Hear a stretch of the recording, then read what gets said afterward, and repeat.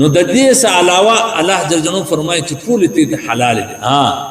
بس شرط دی ان تبتغوا باموالکم محسنین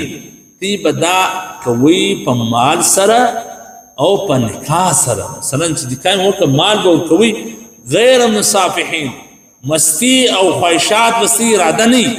په نکاح کې اخستل بستی اراده مثلا لکه اوس دا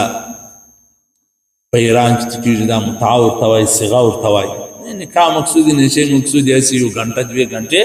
3 غنټې دغه سره ټیم پاس او دغه سره خواهشات سود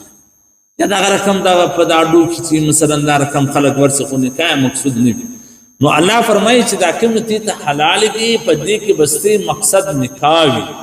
او ولورونه به یي مہر به یي ته دا مہر ورکې په حلال نکاح به بیا دا ځان خرابوي او دویم مفسرین دا وایي چې غیر مصافحین یعنی وای په دا نکاح کې بستا مقصد خالی مستلی بس اس خواهشات ورکې کله یو کړي کله بل کړي کله بل کړي کله بل کړي په نکاح کې بستا نور هم ډیر مقاصد ځکه دا دی چې دا نبی علیه الصلاۃ والسلام حدیث چې نکاح ډیر کوي اولادونه به ډیر پیدا کوي مثلا چې زموږ د قیامت ورځ کې زه فخر په وکم چې زما څونه امت دی او څونه ده از من هغه خو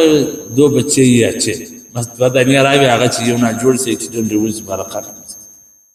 ایو دا پر موټر دې شخص لیکلی وای دوی خو کې وای چوټا خاندان خوشحال خاندان شنه خاندان نو خوشحال خاندان هغه لیکلی ولا ول بڑا خاندان رب مهربان چې غټ خاندان رب مهربان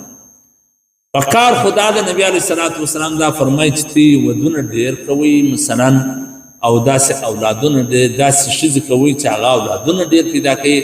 چې زما امت ډیر